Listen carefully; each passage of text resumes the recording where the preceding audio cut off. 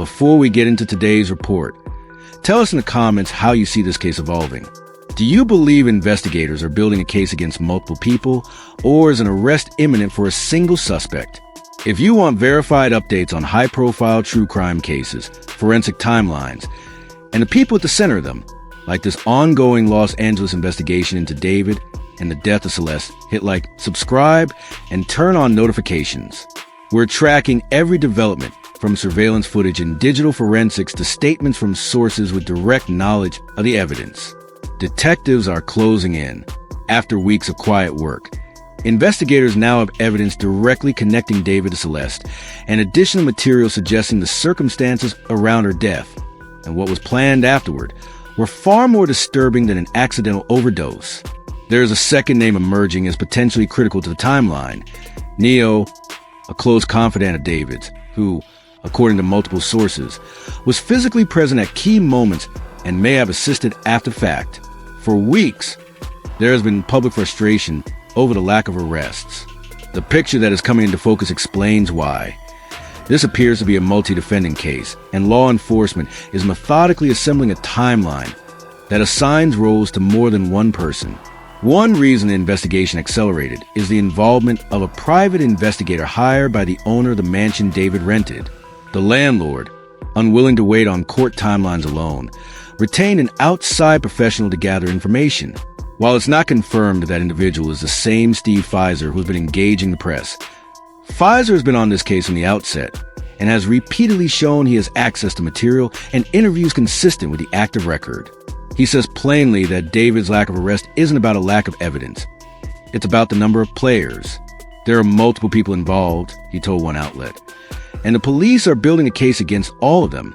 Pfizer also clarified a point that has been murky from the start.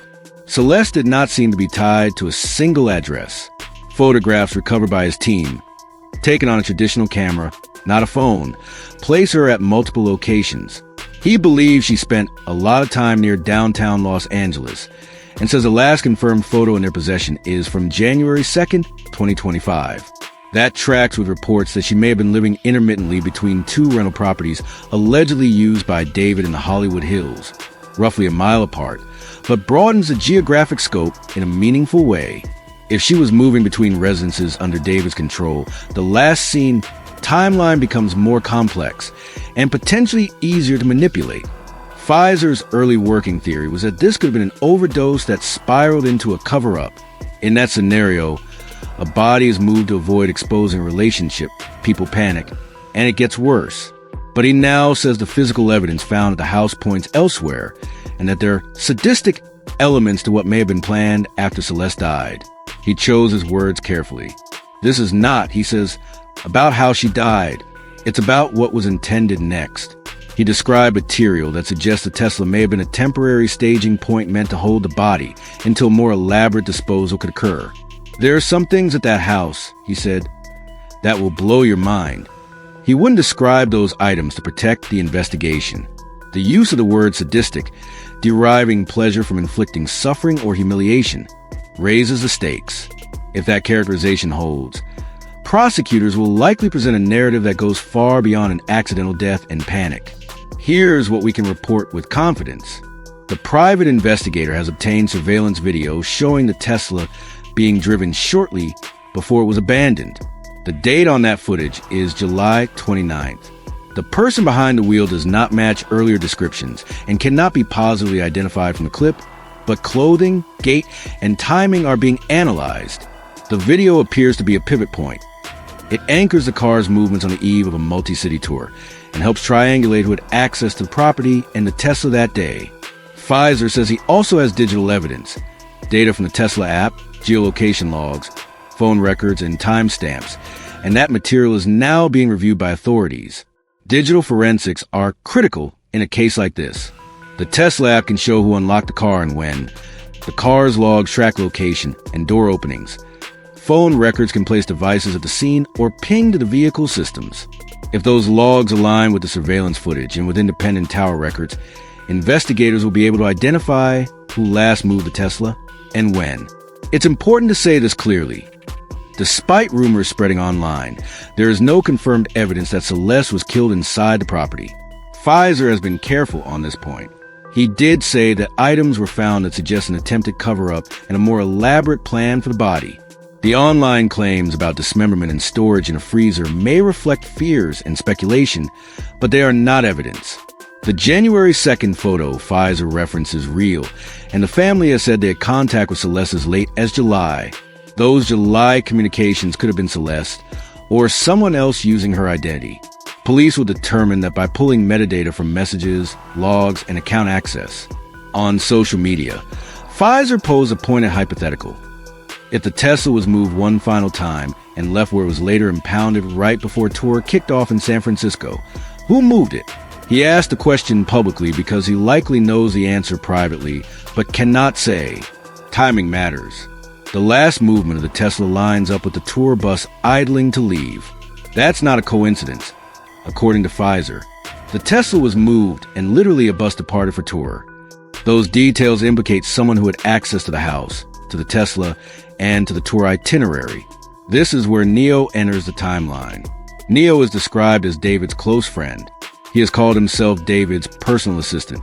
Their feeds were full of photos together in the months before the case broke, at home, at parties, in studios behind the stage. Neo obviously knew who Celeste was. There are screenshots of video calls with her, and photos placing them in the same spaces. He has recently unfollowed David and scrubbed his profiles of photos featuring him. That late, conspicuous distancing has raised eyebrows. There are other curiosities. Under an animated clip posted August 5th that appeared to depict characters resembling David and a close friend, Neo commented senpai, anime slang that roughly translates in this context as crush or an affectionate senior. Previous comments between the men included charged lines like, "I'm never letting go, you're always beautiful." None of that proves a crime. It does, however, establish emotional proximity and constant access, which matters legally when determining who had the opportunity to move the car. Overlay those posts with the timeline. The Tesla was caught on camera being moved July 29th. David was on stage in San Francisco on July 30th. On July 31st, Neo appears alongside him backstage. Neo was confirmed at David's home on July 30th via a post. He was in Arizona on August 1st of the tour, back in California on August 2nd, and then not seen outside the state after August 8th. By August 10th, he's back in Los Angeles at a birthday party. There are photos of David and Neo at events on August 27th, the same period when the Tesla was being marked for potential abandonment. In short, Neo cannot be ruled out as a person who moved the Tesla on July 29th, or as someone who moved it again before it was tagged later in August. His cessation of out-of-state appearances by August 8th suggests he remained local and had access. When pressed by followers, Neo posted that he would eventually say something, criticized people on the internet who assumed the worst, and wrote that they will legit make up anything out of nothing. He did not address the fact that a dead body was found in the Tesla's frunk or clarify where he was on the night the car was last moved. Dismissing a murder probe as nothing landed poorly online and only increased the scrutiny around his role. There's another detail that chilled many who follow the case. During the first show of the tour, David wore a Hello Kitty sweatshirt labeled Divine Celestial. The word celestial is common enough, but paired with the timing, that Celeste's car had just been abandoned and the proximity to her name, the choice struck many as grotesque. It also feeds into the sadistic narrative Pfizer referenced, a performative gesture in the wake of death, done with knowledge of what was in the car. Here's a consolidated timeline based on public posts, Pfizer's interviews and law enforcement actions. On March 8th, the lease on a property where Celeste allegedly stayed was terminated. It's unclear whether she moved directly into another of David's rentals in the Hollywood Hills, or whether something happened before she relocated.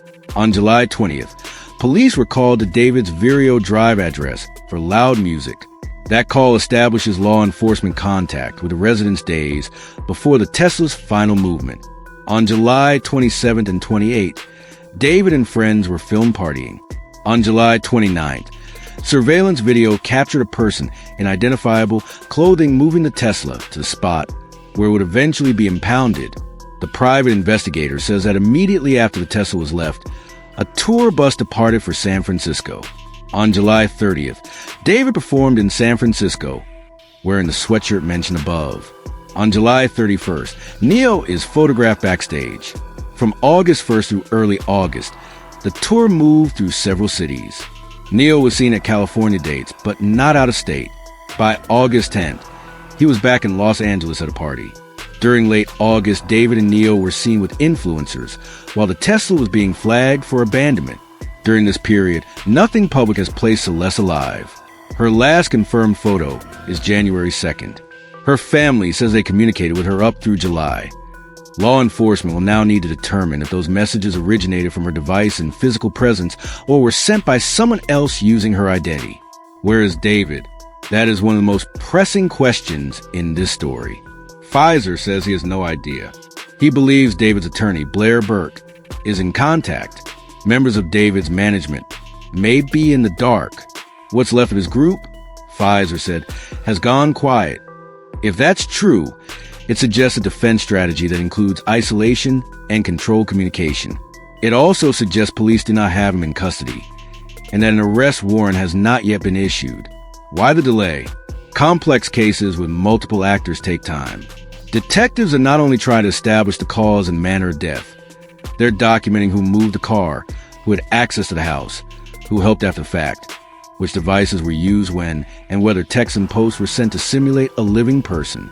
That means waiting on search warrants for account data, parsing automotive logs, reconciling video timestamps, and syncing it all to a consistent timeline. Prosecutors need that level of detail to charge not just a primary actor, but any accessory after the fact or co-conspirator. What comes next? If the digital logs from the Tesla app and surveillance clips align, and if phone records place the right devices in the right places, expect law enforcement to seek multiple arrest warrants. Pfizer has used the plural, arrests, intentionally. The owner of the property will continue to cooperate. The private investigator will hand over all material, and prosecutors will map each person's role from primary to accessory. A word of caution and clarity. The grief of Celeste's family deserves respect. The appetite for sensational details online is understandable, but it should not outrun the evidence. The rumor about dismemberment and storage in a freezer is just that, a rumor. The private investigator's use of sadistic to describe post-mortem plans is alarming and shifts how the public thinks about this case, but will need to be backed by items introduced into evidence and explained in court. For now, the investigation is not stalled. It's consolidating. Detectives believe more than one person bears responsibility for what happened to Celeste, including what was done with her body and what was done with her identity after she died. The unanswered questions: who last moved the Tesla, who had the key fob, who accessed the house on July 29th, who posted from her accounts, are not rhetorical. They are factual queries detectives are answering through data. Tell us in the comments what you make of this timeline. Does the sadistic plan narrative align with what's been found? Do you believe Neil moved the Tesla on July 29th? Is there a detail we should be examining more closely? If this analysis helped you understand where the case stands, give it a like, share it with others following the investigation, and make sure you're subscribed. We'll keep verifying sources, updating the timeline with hard data, and reporting on the next steps, from the July 29th video and Tesla logs to any warrants and arrests that follow. At minimum, Celeste and her family deserve the truth.